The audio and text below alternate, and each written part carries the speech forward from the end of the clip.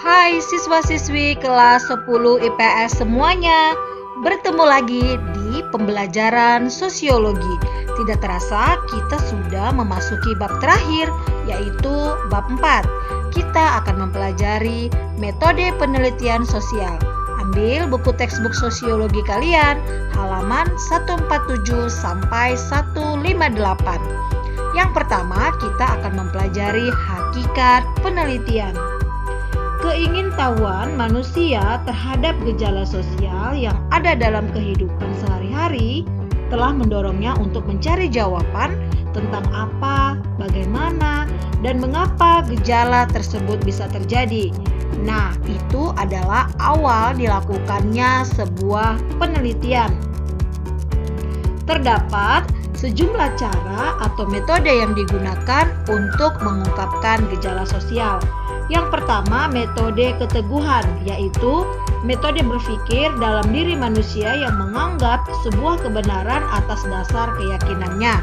Yang kedua, metode otoritas, yaitu metode yang menganggap sesuatu benar karena sumber informasinya memiliki otoritas untuk menyatakan benar. Yang ketiga adalah metode a priori, yaitu metode yang menganggap suatu kebenaran berdasarkan intuisi. Yang keempat adalah metode trial dan error. Metode ini merupakan metode yang digunakan untuk mencari suatu kebenaran berdasarkan hasil percobaan. Yang kelima, metode tradisi, yaitu metode yang menganggap sesuatu dikatakan benar karena telah berlaku secara turun-temurun. Yang terakhir adalah metode metafisik, yaitu metode yang menganggap kebenaran melalui pandangan metafisik atau sesuatu yang gaib.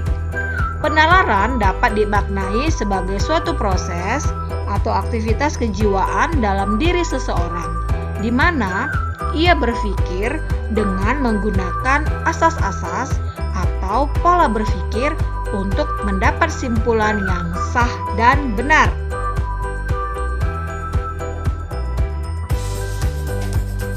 Nah, adapun proses berpikir adalah suatu proses atau aktivitas kejiwaan pada seseorang yang mencoba menghubungkan segala pengertian dan pengalaman yang dimilikinya demi mencapai simpulan yang benar dan sah. Proses berpikir dapat dibedakan menjadi dua bagian. Yang pertama yaitu disebut dengan deduksi.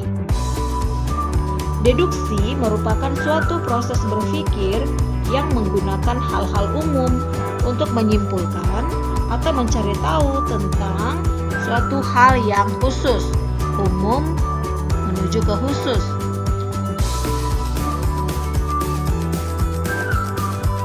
Proses berpikir yang kedua adalah induksi.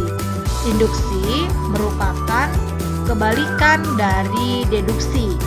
Simpulan umum diperoleh dari induksi atau hasil memeriksa atau mengumpulkan fakta empiris melalui sebuah observasi.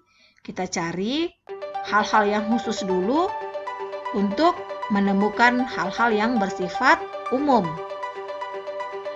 Proses berpikir selanjutnya yaitu berpikir analogis. Nah, berpikir analogis adalah proses berpikir yang beranggapan bahwa di dunia dan kehidupan terhadap hal-hal yang memiliki kemiripan satu sama lain.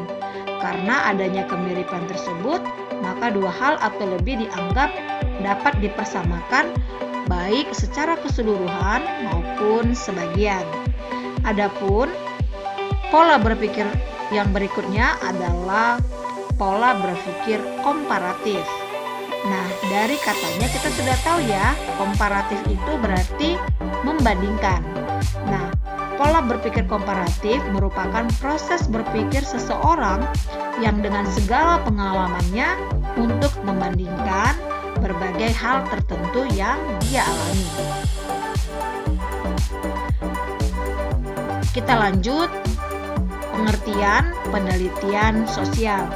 Penelitian sosial adalah proses kegiatan mengungkapkan secara logis sistematis, dan metodis gejala sosial yang terjadi dalam lingkungan sosial untuk mengungkapkan kebenaran sehingga apa yang diungkapkan tadi bermanfaat bagi kehidupan masyarakat dan ilmu pengetahuan.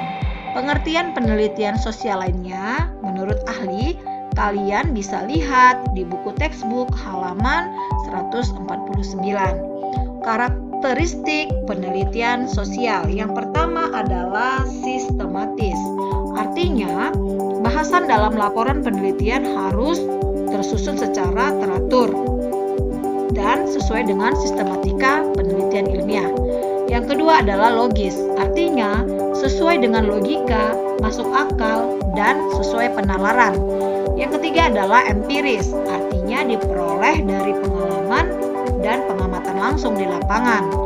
Karakter berikutnya adalah metodis, artinya metode yang kebenarannya diakui oleh penalaran.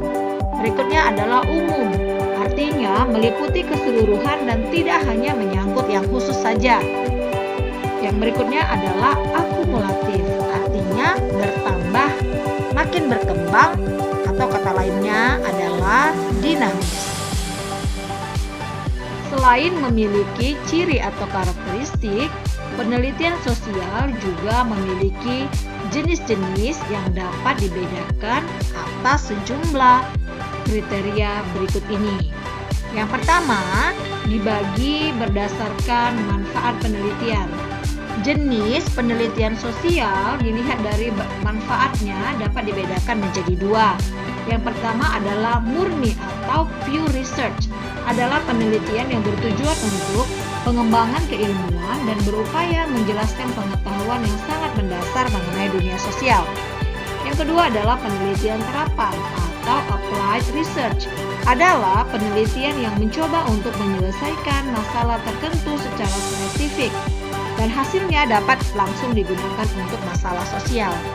Berdasarkan tujuan penelitian, ada tiga. Yang pertama, penelitian eksploratif adalah penelitian yang dilakukan untuk menggali suatu gejala yang baru. Yang kedua adalah penelitian deskriptif, yaitu penelitian yang dilakukan untuk memberikan gambaran yang lebih detail mengenai suatu gejala atau fenomena. Yang ketiga adalah penelitian eksplanatif, yaitu penelitian yang digunakan untuk menemukan penjelasan mengapa suatu gejala atau fenomena bisa terjadi. Berdasarkan dimensi waktu, yang pertama, cross-sectional study adalah penelitian yang membatasi studi tentang masyarakat pada satu objek dan waktu tertentu saja. Yang kedua, longitudinal study adalah penelitian yang berusaha mengungkapkan akibat dari suatu peristiwa yang berlangsung relatif lama. Yang ketiga adalah ex post facto studies, adalah penelitian yang berupaya menelaah faktor-faktor yang dianggap sebagai penyebab dari suatu masalah. Yang keempat adalah berdasarkan jenis dan kualitas data. Yang pertama, penelitian kuantitatif dibagi menjadi, pertama adalah survei. Survei yaitu tipe pendekatan dalam penelitian yang ditujukan pada sejumlah besar individu atau kelompok. Dibagi menjadi survei tertulis, survei wawancara langsung, survei telepon, dan wawancara kelompok. Berikutnya adalah penelitian deskriptif. Penelitian deskriptif tujuannya adalah untuk mendeskripsikan sejumlah variabel yang berkenaan dengan masalah atau unit yang diteliti. Yang ketiga adalah penelitian eksplanatif, yaitu digunakan untuk menemukan penjelasan mengapa suatu fenomena atau gejala bisa terjadi.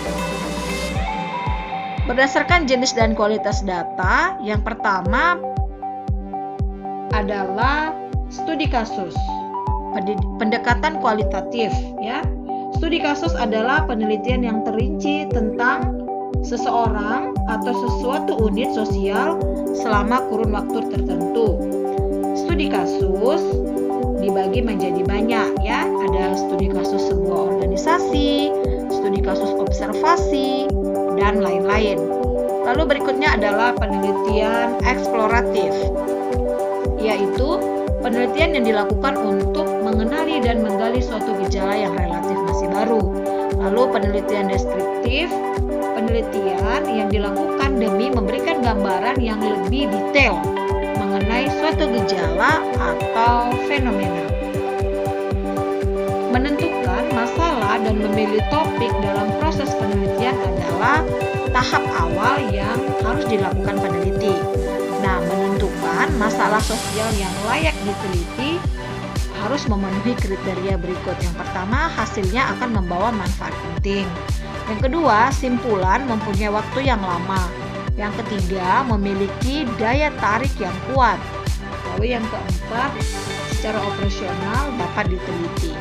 Adapun sumber masalah penelitian yang utama adalah sebagai berikut. Yang pertama, bacaan. Yang kedua, diskusi, seminar atau pertemuan ilmiah. Berikutnya, pernyataan pemegang otoritas. Yang keempat, pengamatan sepintas. Yang kelima, pengalaman pribadi. Yang keenam, perasaan intuitif. Demikian video pembelajaran untuk pertemuan minggu pertama ini. Jangan lupa untuk mengerjakan latihan yang sudah Miss Uli post di Edmodo. Terima kasih. Sampai jumpa pada video berikutnya. Bye-bye.